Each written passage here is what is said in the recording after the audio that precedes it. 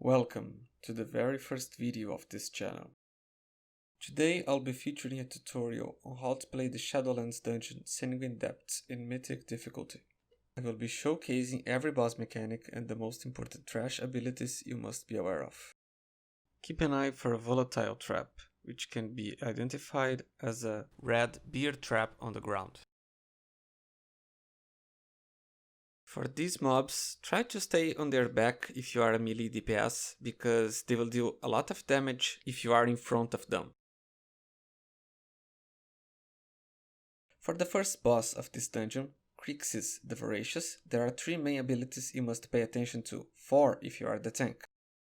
First is Severing Smash. This attack will knock everyone back and deal some damage, but will also spawn living essence, which are easy to identify as big floating blue orbs. When these orbs are collected by a player, they will deal some damage and the orb will be consumed. In Mythic mode, the damage is caused to all players, but if the orbs are collected by the boss, they will heal him for 12% of his maximum HP. Second is Juggernaut Rush. Because of this ability, all ranged DPS and the healer must stay close to the boss during the entire fight. When activating this ability, if you have DBM add-on, you'll be warned about which player will be targeted. This rush will deal massive damage to the target, but the damage will be evenly split to all players in its path, so everyone must stack in front of the targeted player before the boss charges. Reason why ranged DPS must stay close. You don't have much time to stack before the actual rush. Third is Hungering Drain. This ability must be interrupted immediately. It is a channeling ability that deals damage to all players and buff the boss. At last but not least, if you are the tank, you'll be dealing with Vicious Headbutt, which inflicts massive damage to the tank and knocks him back.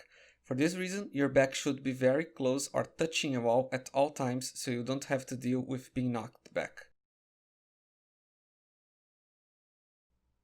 For these gargoyle trashes, you will need to stand behind them if you are playing melee DPS. If you are the tank, make sure to position the mob in a way he doesn't face the party because of their cleave attack. Also, you must pay attention to their feet.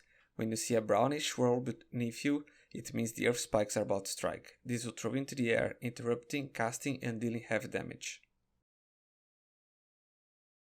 Players will be afflicted with Rexo in many points of the dungeon, which is a dot that can be cleansed. If you are playing a class that can cleanse, you can aid the healer, prioritizing yourself so the healer can cleanse those who actually can't. Every time Rexo is cast, it will inflict 2 players. If you are the healer and no one else can cleanse, you must keep in mind this dot stacks, and if the same player is affected twice, you must either prioritize cleansing them or cleanse the other person and put some heavy heal over time or burst healing on that person. For example, this can be easily achieved by a restoration druid.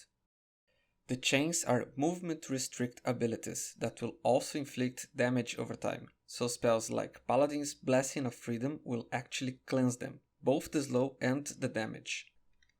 The second boss, Executor Tarvold, is probably the hardest boss of this dungeon. There are 3 mechanics you must be aware of. First is Sin-Touched Anima, which is an ability exclusive to Mythic mode. This ability will make 2 orbs spawn and those will keep traveling around the entire circle of the battlefield. They are easy to spot, but the angle of the corridor makes it hard to predict when they are close. Also, they travel very fast, so you can't really rely on reflex alone. Touching these orbs inflict damage to the players and curse them. This curse will inflict damage over time and reduce the player's haste by 25%. To deal with these orbs, you must keep in mind that one of them always travel on the right side of the corridor and the other on the left side, and they have exact same speed, so they will always meet at the same spot in every lap. The tank must identify where they will meet and lure the boss away from this point, so players will have more breathing room to consistently dodge the orbs. To actually dodge them, you need to identify which orb will reach the party first and stand in the other side of the corridor. After this orb has passed through, you must step into the side of the corridor he just passed to dodge the next one. By doing this, you will never need to keep looking for them. As long as you stand out of the way, you will only change your positioning after one orb has passed through you. In case you don't manage to dodge the orb, don't move, because if you go to the other side of the corridor, the other orb will also hit you. If you are playing healer and or have difficulty in keeping track of the orbs, you can always pay attention to the way the tank is positioning himself or other ranged DPS and copy their movement. This way you need to pay attention to this person and never to the orbs. Second is Castigate. One player will be targeted by this and will emanate shadow damage to 8 yards around him, visible by a red circle. If you are targeted by this, isolate yourself, but keep in mind the orbs from sim-touched anima. Third is Coalesce Manifestation. Fleeting manifestations will be unleashed into the battlefield. These deal some shadow damage to the entire party every second. Once they are defeated, they will leave a big red pool of residue on the ground that will inflict damage every 2 seconds to anyone standing on them. If you are playing the tank, you must always lure the boss backwards in the direction of your other teammates, never forward, because if you do so, it will be harder for melee DPS to keep close to the boss and they will have to waste mobility abilities to reposition themselves. As you are luring the boss away from residue, keep in mind sim-touched anima orbs, and if someone is targeted by Castigate, try not to enter their radius in case they position themselves incorrectly. The third boss is Grand Proctor Berelia. This boss is very heavy on the healer, more so than other players. Make sure to clear her room before starting the fight.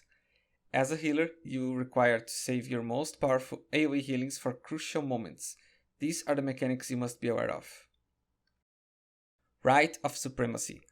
The Berelia will blast stored anima, dealing massive damage to the party and inflicting everyone with Agonize, which is a dot. Unlike in heroic mode, there won't be a shiny Radiance to stand on and soak the damage. In Mythic mode, there will be fragments of Radiance on the ground, which must be collected, much like the second boss fight of the dungeon Underroot back in BFA. There will be 15 fragments in total, and these reduce the damage of Rite of Supremacy by 20%. Make sure you collect 3. If your teammates are not going to make it, collect the rest for yourself, but try to let them collect 3 as well. Endless Torment. Zirali will be targeted by a torrent of anima, which will cause her to cast rains of holy damage into the battlefield that must be dodged. Failing to dodge will cause holy damage and a long damage over time debuff. Try not to waste any skill at all against this. Rite of Supremacy is far more deadly.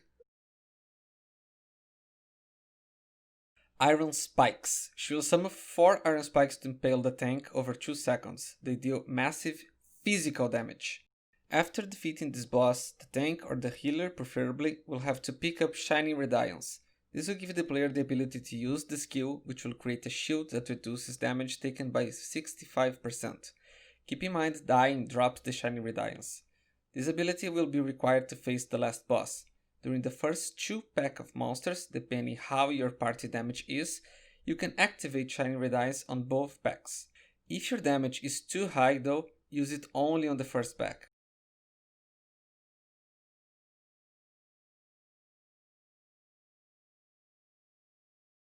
For this section, the boss, General Call, will engage the party with her minions. Keep in mind you have to isolate yourself during Wicked Rush if you are targeted by it, and everyone must stack on Shiny Radiance when she casts Gloom Squall.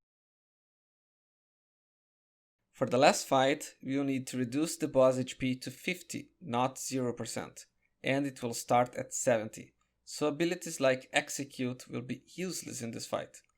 There are 3 mechanics you must be aware during the entire encounter. Gloom Squall. If you have DBD add-on, he will tell you when this is being cast. Whoever is carrying Shiny Radiance must activate its ability, and everyone must stack inside the shield. This will reduce Gloom Squall very heavy damage by 65% and will prevent its knockback, which can throw players out of the arena and kill them instantly. Wicked Rush. 2 players will be targeted by this and must isolate themselves. The boss will slice them both and cause AoE damage around the targeted players, and will inflict Wicked Gash, which is a never-ending damage over time. The only way to actually remove this dot is with Shining Radiance. It will cleanse every one of all Wicked Gash applications.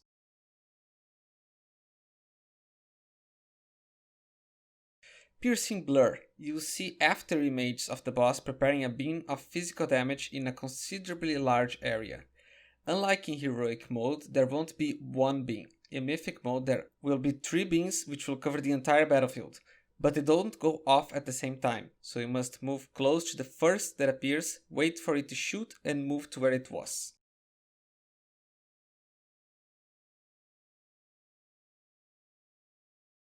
Okay, so that was it for this dungeon. Please tell me in the comments which dungeon would you like to see next. Thank you for your view, and I hope to see you in the next video.